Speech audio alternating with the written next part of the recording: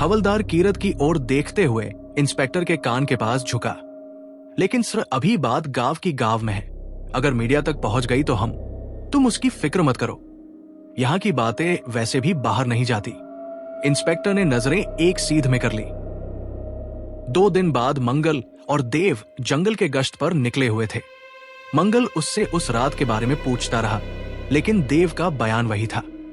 उसके मुताबिक वो कहीं नहीं गया था। उसे तो पता ही नहीं कि उसकी तलाश में पुलिस तक को खबर कर दी गई थी। वो सामान्य लग रहा था। लेकिन उस रात हुआ क्या? ना तुझे गोली लगी, ना कोई चोट, फिर तू सुबह तक बेहोश क्यों रहा? अरे कुछ तो हुआ होगा ना? कहा ना, कुछ नहीं हुआ था। देव भड़क गया। मैं बस एक जगह जाकर छुप गया था, फिर नींद आ गई। पता नहीं बेहोश क्यों हुआ, देव ने कह दिया। लेकिन राज उसे यूं ही तकता चला गया, मानो उसकी बात पर यकीन ना हो।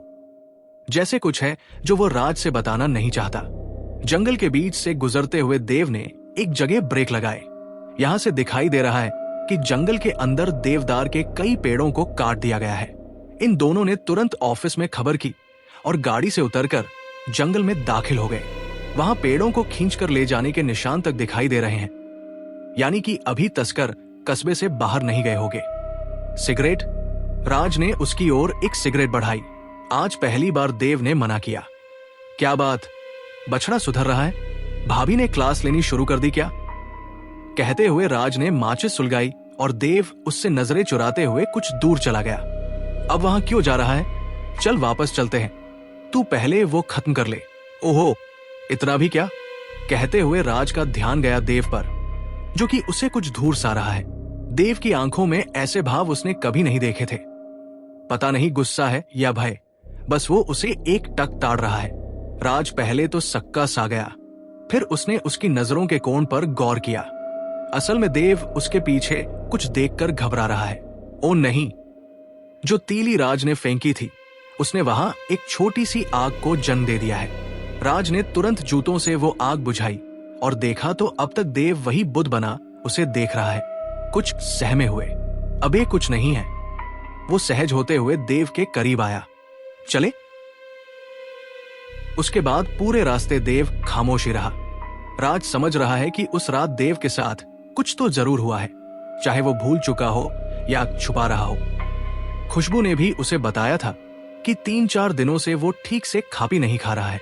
रात को जितनी बार भी उसकी आंख खुलती है, वो देव को जागे हुए ही पाती है। उनके बीच अजीब सा खिंचाव आ गया है। गश्त से लौटने में इनको शाम हो गई। सब अपने घरों को निकलने वाले थे कि उनके एक सहकर्मी ने गांव में हो रही हत्याओं के बारे में उन्हें बताया। लोग गायब हो रहे हैं और उनकी लाशें जंगली पेड़ों, छतों, खंभों आदि से लटकती हुई मिल रही हैं। तरीका वही है, शरीर से मांस गायब होता और कंकाल सफेद जाले में लिपटा हुआ मिलता।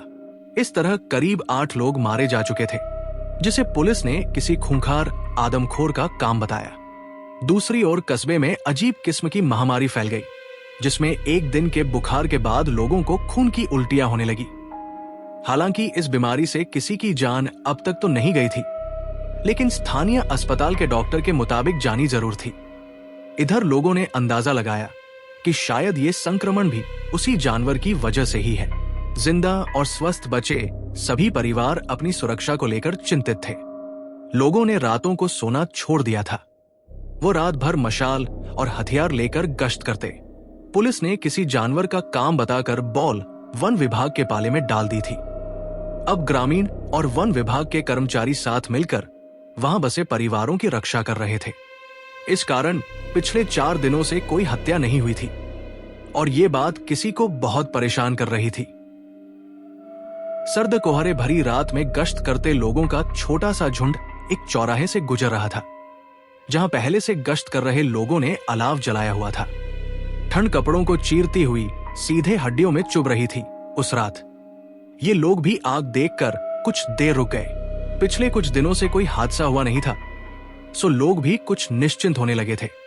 क्या मालूम वो जानवर या जो कोई भी था अब दूर जा चुका हो। अरे बंसी, बीड़ी है क्या? रतन ने हाथ सेंकते हुए पूछा। अरे थी, बिल्कुल अभी खत्म हुई है, जाकर पंसारी से लेते आओ। उसने जेब से 20 रुपए का नोट निकालकर आगे बढ़ाया। भाई पैसे तो है मेरे पास। रतन कुछ देर और हाथ सेंकने के बाद 7-8 कदम पीछे उस अंधेरी गली में चला गया जहां पंसारी का छोटा सा खोखा था। किशोर किशोर खोखा बंद था, सो उसने बगल के दरवाजे पर आवाज लगाई। पंसारी का घर उससे लगते हुए ही था। किशोर, क्यों हल्ला मचा रहे हो?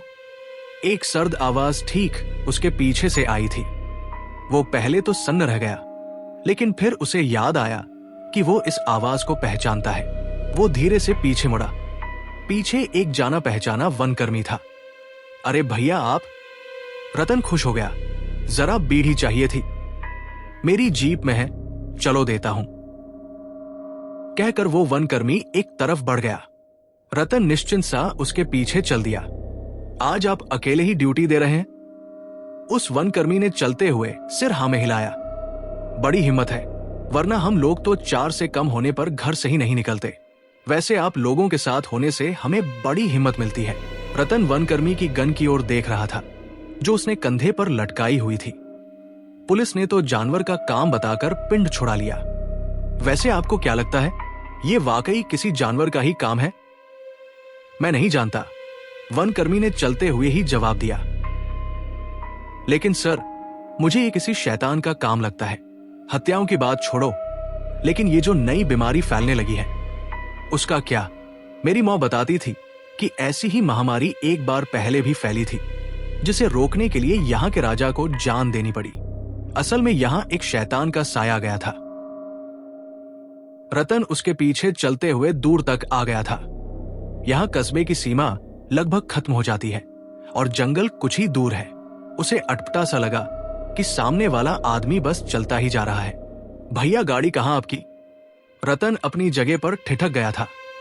आगे चलता वो वनकर्मी भी ठहरा और धीरे से पीछे मुड़ा। इस वक्त वो कोहरे से बना कोई अधूरा साया सा दिखाई दे रहा है।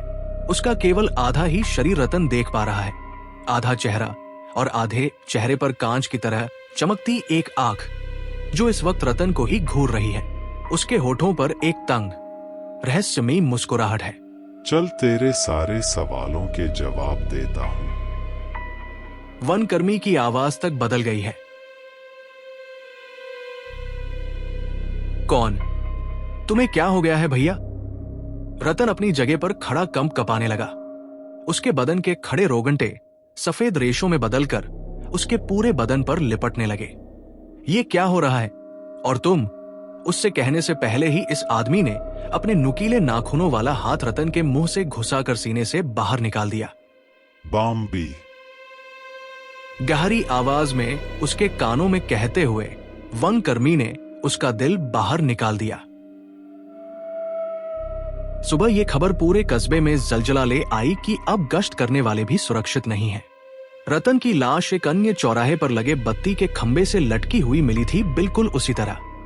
लोग अब खुद को इस गांव में बिल्कुल सुरक्षित नहीं मान रहे थे। कई परिवार यहां से पलायन कर चुके थे, लेकिन कुछ थे जिनके पास जाने के लिए कोई रास्ता नहीं था। हारे हुए मन से वो सभी परिवार जाकर गुहार लगा रहे थे मुखिया के दरवाजे पर। ईश्वर के बाद अब बस यही थे जिन पर गांव वालों की सारी आशाएं टिकी हुई थी। 55 बरस के रौबदार चौधरी जी अमर्त्य, जो कि कुछ दिनों से शहर में अपने बेटे के घर रह रहे थे, गांव की हालत सुनकर कल रात ही वापस लौटे थे। उन्हें बहुत सदमा लगा इन हत्याओं के बारे में सुनकर। कीरत तो उनका बड़ा वफादार हुआ करता था। उन्होंने आते ही पुलिस और वन विभाग में जाकर जानकारी ली। जिस प्रकार से ये हत्याएं हो रही थी, उन्हें यकीन हो गया कि ये कोई जानवर नहीं हो सकता। अब यही जवाब वो अपने दरवाजे पर लगी उस छोटी सी भीड़ को दे रहे थे।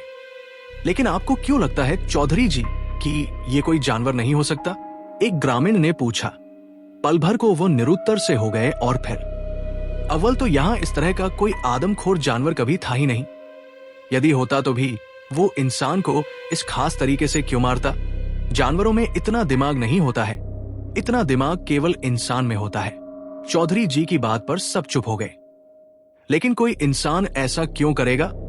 एक अन्य आदमी ने पूछा। यही तो पता लगाना है, उन्होंने अपनी मूंछें सहलाते हुए कहा। जिस दिन पहली हत्या हुई उससे पहले कुछ खास जरूर हुआ होगा इस गांव में। उन्होंने अपने एक विश्वास पात्र नौकर की ओर देखा। जरा पता करो, उस रात से पहले गांव में क्या कुछ ऐसा हुआ था जो सामान्य नहीं था। फिर उनकी खोई सी नजरें भीड़ पर लौट आई और ये भी जरूर पता करना कि किसके साथ हुआ था। उनकी गहरी आवाज और नजरें कुछ कह रही थी, मानो वह इन हालातों के बारे में कुछ जरूर जानते हैं। कुछ है जो उनके लिए इतना रहस्यमय नहीं है। कस्बे के लोग चौधरी जी की बातों से कुछ संतुष्ट हुए। उन्हें उस बुजुर्ग पर उतना ही भरोसा था जितना कि अपने पिता पर होता। इनके पुरखे कभी गांव के राजा हुआ करते थे। फिर वक्त के साथ राजपाट चला गया और जमींदारी हाथ रह गई। आज चौधरी जी के अलावा उनका सारा परिवार दूर शहर में रहता है, लेकिन चौधरी जी इस मिट्टी से अपना मुंह नहीं तोड़ पाए। साल का अधिकतर हिस्सा वो यही बिताते हैं। उन्होंने हमेशा गांव के उत्थान के ही कार्य किए थे। फसल न होने की स्थिति में वो बेसहारा परिवारों को अनाज और जीविका का सारा सामान तक दिया करते थे। यही वजह थी कि आसपास के अन्य गांवों की अपेक्षा ये गांव ज्यादा भरा पूरा था।